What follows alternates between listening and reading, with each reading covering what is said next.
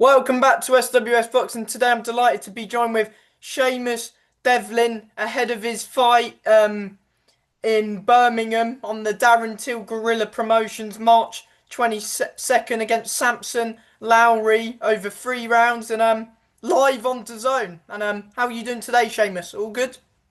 I'm good, mate. I'm good. I'm tired, mate. I've been training twice a day, every single day for the last 2.5, 3 weeks now. So I had the Danny Christie fight lined up. So I started a 12-week camp for that 3 weeks ago. So when this fell into place, I was already well into my training. So it's come at a good time. Yeah, am I right in saying you were meant to be fighting Danny Christie in May 2nd? Yeah, that's still happening, mate. Me and Danny, that's the main event. I'm promoting the show as well as fighting on it. Oh yeah, is that so that's is that boxing that one or bare knuckle? That's boxing, mate. That's boxing. My bare knuckle days are over now, mate. Yeah. Yeah. Do you prefer the boxing then to the bare knuckle? If I'm being honest, I prefer bare knuckle, mate. It's more raw, more honest, and you can do more damage with just your jab. So I do like that, and especially the trigon. That was a different experience boxing in that triangle shape. It's the smallest surface area in combat sports. And it was great being in there. I got to number 5 in the world, so I'm proud of what I achieved. But I got an arthritis diagnosis, and I just thought that's not going to be good on my joints and on my bones. So I left that alone, mate. But I've found a little secret weapon called peptides, and they're really helping me out with my injuries and stuff. So I'm good to go. Yeah. I mean, because you started off as a road warrior, journeyman in the boxing, you done quite well. I think you had what was it, 52 pro fights, was it? 55. I 55, sorry. did that in 19 months. That's the quickest in modern day history. That's never been done by anyone before, and I don't think it'll be done again. So my name's up there with the likes of Lem Wickwer, Harry Greb, some of the throwback fighters that were doing like 50 fights in a year and stuff like that. I did 36. I should have done 40, but because of COVID, they stopped boxing right up until the second week of February, I believe it was. So I couldn't box up until then. So I would have actually done 40, and I was the quickest of half a century, and I would have been the quickest centurion in history, but something happened in Ireland, and I Yeah. don't really like going into it. I don't really like elaborating. Without putting too fine a point on it, mate, I was fucked over. Um, it was outside the British Boxing Board of Control's jurisdiction at that point as well. It was in the south of Ireland, but I wasn't looked after and I wasn't treated fairly. I'll just put it like that. And I fell out of love with pro boxing, mate, and I retired. It was a shame because I truly believe I would have made more history. Yeah, definitely. I mean, you were, very durable as well. I was wondering why, because you were doing really well. You had some good opponents as well. Some That's right. area level fighters, British level. You fought at Yeah. good level. I was glad. I think I was maybe at one or two of them when you fought at York Hall. I think I was at the Mitch Frearson fight. Mitch Frearson, that's right. 6 rounds, Mitch Frearson. Yeah. So Yeah, you were that was there, in were no. you? Yeah, November 22. That was. I was there at that fight. Wow. There's nothing wrong with your memory, mate. That's correct. November 22, Mitch Frearson. I think he went on to fight for the English title. I don't think he won it, though, if I'm No, not he mistaken. came up short against Brad Pauls, but Brad's won the British and he fought for the European as well, Brad Pauls. Yeah, I nearly fought Brad Paul. It was that close to happening, but it was at the end of my career, just before I had one foot out the door. But they offered me £7,000, I believe it was, for that. But they wouldn't budge on the 8 rounds. I think they wanted it over 8 rounds. I think they knew that if they got me over eight, he'd stop me. 4 to 6, I fancied the job, but he's a dangerous fighter, Brad. Really good fighter. But yeah, that was right. It was Brad Pauls that he ended up boxing. Yeah, he's he's good. Another one that I remember is you fought Matt McCallum twice as well. Oh, mate, I've just mentioned that on a live. They were the two toughest nights ever had. One of them, I actually spewed. I think it was at the end of the fifth or the sixth. I actually spewed in the bucket and then carried on boxing. I Was that the foolishly, second fight or the it third one?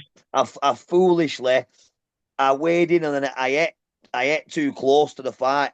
I made a mistake. I never usually do that.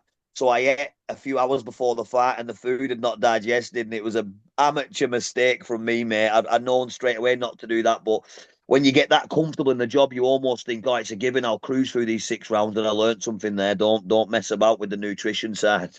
Yeah, especially when you already fought him as well previous. Yeah, and it both nights were hard. They aged me then, mate. They probably took a few years off my life, Sam, but that's the game. We know what game we're in. But humbling experiences, mate, in with someone who's 12 and a half stone. I think he was 12'10" actually Yeah. at the weigh, and I could tell a lot naturally bigger than me and a southpaw who hit quite hard. He's But he fighting placed at his he's fighting in light heavyweight in his That's next right. fight. That's right. He was a good southpaw and he placed his shots very well. He was very accurate. But he was a tough night, mate. Very tough, Sam. Yeah. Would you say he was the hardest hitter you fought in the pros then? No, No? no, definitely not. You're Who giving was me the hardest night. hardest? If I'll be honest, if I'd have boxed Matt over 4 rounds, it wouldn't have been my hardest night. Ryan Amos gave me probably over four Ryan, rounds yeah. hardest night, and he hit hard. But if I had to say hardest hit, I'd say it was between two people: Marcus Morrison, who fought Denzel Bentley for the British title, I boxed him, And and Eubank. yeah, correct. He did. So he did, Sam. Yeah, he did. Eubank Jr., he did. And Leon Willings, he could dig. He had a punch on him, did Leon Willings. Was He that could your really hit. debut? That That was was my debut, mate. yeah. That was my debut. That's correct, pal. Yeah.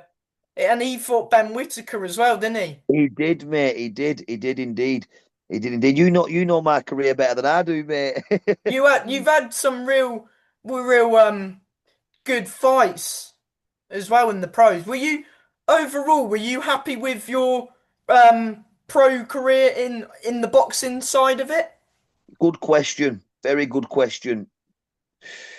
Yes and no. I've got mixed emotions on it. So I feel if I'd have focused more on quality and not quantity, I'd have done a bit better. And I do believe that there was quite a few fights there that I should have got the nod for, at least got a draw. But again, I knew the game I was in. Max Lavelle, Southern Area champion, 11-0. I beat him. He knows it. I know it. I beat him. But I just think that even the referee said to me, he went, there was nothing in that, Seamus. He said, if you'd have thrown half a dozen more punches, he went, I'd have give that the draw. I lost 58-57, but we both know I didn't. He didn't land nothing. And you have to land something to win a fight. I was very good at that. When I got on form, I was good at slowing them down, upsetting the rhythm. You had a Um, couple close calls. yeah, I really did, mate. I was happy with what I did, but again, I didn't get, and I'd have loved a couple more wins, just a couple more wins, and I loved that to have a couple more wins on my record. But again, it's not easy getting the W on the road. It's understood that you're already a round or two down before you even start. Yeah. And you mentioned bare knuckle. Was it fifth in the world, which was good. Number 5 in the world, Do mate. you Yeah, think you could have got that world title fight if you kept going on? I Or know I could have because the guy who I was fighting next went on after that to fight for it. So if I'd have beat him, logic suggests that I'd have been in line to fight Harrison Gigliotti. But I believe that Harrison Gigliotti, on the form that I'd have been in then, I think he could have beat me. I think I never know. When I turn up, if I'm switched on and I'm in a good mindset, I believe I can make anyone look average. I can give someone a hard night. But at 38 with the arthritis, I truly believe there were certain guys there that would have just had the measure of me, like Harrison Gigliotti, LT Nelson. But I truly believe I'd have got to that fight. I believe I would have got to that fight. Whether I'd have won it or not would have been remained to be seen. But I truly believe I'd have got there. I know I'm good enough to. It's just and you can the say that as well because you were fifth in the world and picked up some good wins as well. yeah, my bare knuckle record's the winning record. I've had 11 bare knuckle fights, so I'm very experienced in bare knuckle too. But I'd have liked to have had more. But again, I'm happy what I did. I got my police cadet medal. My name's in the history books. I can't complain, mate. I'm well respected up and down the country by the fighting fraternity, and that's priceless, mate. And I earned a good living, and I'm doing something now where boxing is always going to be a part of my life. I earn a living now through doing the PTs and the classes, and I love it, mate. I'll always be in touch with the boxing. Yeah, I mean that's what matters, and of course now you've got this. I mean, you were in camp for another fight, but how did this? Because of course it only got announced yesterday evening. You're boxing Samson Lowry. Apparently, I believe he's a top amateur, won a few box cups. But I only sort of recently heard of him when he was in a prize fighter last year. Or was it? Yeah, Might be, yeah, late last year he was in it a was. prize fighter, and he, Yeah, I thought he won the first round. I thought he won it. I'm going to be honest. I thought he won it. I watched it. He won the first round. I don't know how the judges didn't give him that first round. It was quite close, but you couldn't give it better than 10-10. I don't think he had to go to the fourth round. I personally had him nicking the contest. But again, I know rounds are subjective, how you score them and what you're looking for. But I believe that he won that fight before it got to the fourth. Close fight though, it was a close fight, but I reckon he would have gone on to win that. He's a classy little boxer. I'm up against it. He's got every advantage. He's taller, he's heavier, he's younger, but he does not have the experience and the fight IQ over me. And if my timing's right, I can beat this kid.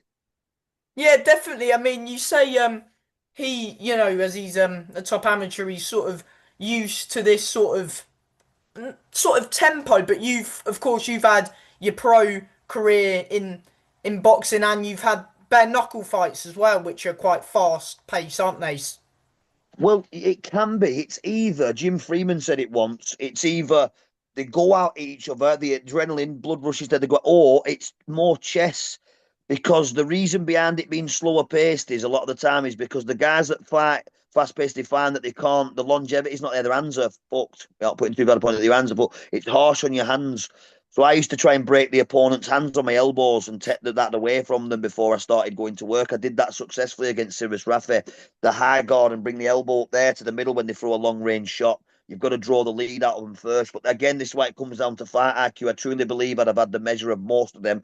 The only man that kept me up at night was LT Nelson. That man will give you nightmares. That man is a different fucking breed, a different level to everybody else, in my opinion. James Canelli was the only man who beat him for me. He just didn't get the nod. And that's another man who's an absolute savage, built for bare knuckle. But yeah, I am wounded. I never got to that point. But again, I'm happy I've closed that chapter, mate, and I'm looking forward to this next one. But it is the last coup de grace for me. There'll be no 2027 for me. I'll be retired. It'll be my fourth time I've retired. But I will stay retired, mate. There was just a Almost few as little retired itches. as many as times as Tyson Fury. Tyson Fury, I was going to say, he's another one. It's getting to the point where we're like, oh, but I think everyone's going to get sick of it eventually. If I do come back out, no one will buy a ticket. But they'll get a point where I'll know enough's enough, and my body's still got enough in it. But I know it's getting to that. The curtain's closing. The curtain's closing at 38. So this is why I'm doing these. No, I want meaningful fights. The Danny Christie fight, this fight, meaningful fights on They're big good fights. platforms. They're good fights. I might make a nice bit of dough out of the Danny fight as well because I've already sold 2.5 grand worth of tickets and we're 8 weeks out. So that's what I'm saying. Yeah, that tells you That's everything. So I'm good. probably going to do well on this Danny fight. I did well on my last fight with Aiden Sharif. I got paid really well for that, better than when I was a pro. Funny enough. So that's what I'm after. Meaningful fights, either financially it makes sense, or if it builds my profile, or it means something to me in the long run. Like the Danny Christie fight, what a name to have on the resume: win, lose, or draw. That Yeah. is a proper gadget there. What a man to fight. Yeah, definitely. I mean, yeah, I mean, this Samson Lowry, what do you sort of know about him? You said about the tournament. Other than that, have you seen much of him? Nope, never heard of him before, Sam. I'm not gonna lie, never heard of him. But soon as I looked at him, first 30 seconds, I went, he's come from the amateurs. I could tell straight away with his style, light on the balls of his feet, bang, bang, bang, bang. But I don't want to give too much away. I don't think he likes going on the back foot. When you push him back, he went back in straight lines, I've seen. Now, Yeah. we might hear this interview and think, well, work, but he knows what lateral movement is. He's not daft, but he did seem to back up in straight lines. Now, if he does that against me, I'll be able to take advantage of that. But I'm up against it, mate. He's sharp, he's snappy. I'm going to have to try and make it a bit ugly at times and Would try you and not be say good that and you not. would you? Sorry to interrupt. Would you say No, that it's all right. you're not the? Would you? Yeah, because I was going to say, do you not believe that you're the favourite going into it? You've had a lot of experience. Right. It's a good question because I remember I was talking to someone earlier and someone said, are you technically the underdog? Because on paper, what you've done, your credentials, maybe this will be a 50-50 because it'll kind of balance out my experience, my credit, but he's got the youth, the amateur background that I didn't have. But Mm. no, he's definitely a favourite, mate. Like I say, if you look at it, the only advantage I have is experience. I don't have the height advantage. I don't have the reach advantage. I don't have the youth and exuberance. I don't have the weight advantage. So I'm Do you up believe against you have it. the power advantage over him? Yep, yep. Yeah. I have the slight edging power. I was saying this to someone, no disrespect to him, because I just don't think he carries that weight. I don't think he has the power of punch to deter me and keep me off him. But again, I could be wrong. I know through experience, it's easy looking from the outside in, and you can go, oh, but then when you get in there, you think, fucking, he's got a bit of weight behind these shots. I remember studying. This is why I stopped studying people in the pro game. I'd look at someone, watch a performance or two, and then go, right, I've got the measure of him, and then he'd fight completely different. And so you can get a false sense of security from watching someone. So, but I just don't think it was evident that he doesn't have that concussive power, which will benefit me. Yeah, definitely. And it's on Dazn, Gorilla Promotions. Two questions into one really is the first one is what do you make of the Gorilla Promotion and Darren Till show? And is this I am right in saying this is your first time fighting on Dazn? That's correct. So another box tick because I've boxed on Sky Sports, Box Nation, BBC, Fight Zone, and now DAZN, mate. So I've boxed on some big platforms, but this is my DAZN debut, so to speak. So yes, mate. And I think Guerrilla Promotions is brilliant what it's doing, mate. It's brilliant. The landscape's changed, the ecosystem's changed. Whether I agree with this influencer boxing or not, the fact is it's here, and you can either get with the parade or watch it go by. Um, it is what it is. I'm pro boxing. I'm pro entertainment, but I do have my opinions on certain things, mate. But Guerrilla Promotions is brilliant, mate. And if you look at the card, mate, they're as good a card as you're going to see in the The unlicensed and area. and the first prize fighter was edge of your seat stuff. Oh, it was class won by Luke Naven as well. Yeah, I Fair believe play to Luke he was a Naven. pro, was he? I'm not sure if he was a pro. I know he was at bare knuckle and he's done a lot of Yeah. unlicensed, but I'm fair play. I don't know if William Goldie Galloway was in that or not. Did he actually box in that? No, he was injured, but I Right. Well, believe in it. I But think he was I due. knew because when I seen that he wasn't in the final, I thought no disrespect to everyone else, but I think William Goldie Galloway would have knocked everybody out. Mm, God's honest truth. He's a dangerous fighter. Now he he is, was my yeah. favourite. He was my favourite to win it, and I don't believe Luke Naven or anyone would have touched him. No disrespect to them guys. I just believe he would have switched their lecky meters off. But Because he once I beat. realised he wasn't boxing, I thought, do you know what? Luke Yeah. Naven could win this. I thought Luke's got a chance here. But I didn't know all the other fighters. Again, Lowry, if he'd have got through, I think he'd have caused people a lot of problems with his style. But Because William Goulding beat. I believe you also boxed Jamie Mellors. I'm not sure. I did. I did. He was the Yeah. first one to put me over as a Yeah, pro. because he stopped Jamie Melvers. He did. He did stop Jimmy. He also stopped my stablemate, Richard Helm, and he was the only man to knock Helm. Richard Helm out. Yeah, Dangerous. Richard That's was why tough. I think they were lucky that he got injured there, a few of them, because it opened the door for them. And then there was a couple that Lowry. Who did Luke Naven box in the final? Was it the guy who beat Lowry? Oh no, no, it wasn't him. It was a lad from Mikey Henderson, I believe. I think he was That bare was it. knuckle. That was it, mate. Yeah, yeah. But well done to Luke Naven. I respect that guy, and I love what he's done with his life, and he's give his life to God and to Jesus, mate. And you can tell it's genuine and sincere. Is No, that a the fight man. you would want? Oh, I'd love that. I'd love that, mate. I'd absolutely love that fight, me and Luke Naven. But again, I've got to focus on this guy. But if Yeah. we'll see what happens, we'll see what happens. This fight could be closely contested. I could lose a split decision, and then it could warrant a fight with one of the other names. But if this kid just fucking walks through me, I might have to come to terms with the fact that at that level I'm finished. And then after the Danny fight, I'll walk away. It is what it is. But I know what I'm doing in training, and I know for a fact I've got enough left in the tank. But we'll see what happens. The Luke Naven fight would be brilliant, mate. I believe I could cause them all trouble, mate. Every one of them. Yeah, definitely. And yeah, before I let you go, Seamus, do you want to give anyone like a mention, anyone you want to thank, anyone who's helping you? 100%, mate. I want to shout out to my sponsors, Andy McManus, Demi McManus, All Things Inflatable, Blissful Advance. Massive shout out to them. Gio's Plastering, Giovanni Vasile, another one of my sponsors. Joe Bailey, Goldcrest Brickwork. Massive shout out to you guys. Dale Brown, DB Painting and Decorating. Always going to give a shout out to that guy. CGM Fitness, Colin McCash, the place that I work, the gym that I'm at. That is a place that I've settled and I can't see me being anywhere else. Massive shout out to them. Shout out to Guerrilla Promotions. Shout out to anyone that's helped me in this camp as well, not just my sponsors and what's helped me prepare. Cal Kerr, James Bryan, who's also boxing on the card. There's so many people I could shout out to and mention, mate. Jason Heseltine, my protege, keep an eye on him. That kid's going to be something else. He'll be a pro one day. Jack Dugdale, he'll be boxing soon as well in the O2 Arena. Shout out to Jack. Shout out to everyone, mate. There's that many people I could be here all day. But yeah, God bless. And thanks for your time as well, Sam. You're good at what you do, my brother. It was a pleasure. Anytime, Seamus, and I'll be watching on March 22nd. I wish you all the best. Thank you, my brother. God bless, Sam. Thank you. Much And you, love. mate. Goodbye. Thank you. Take care, brother. Bye bye.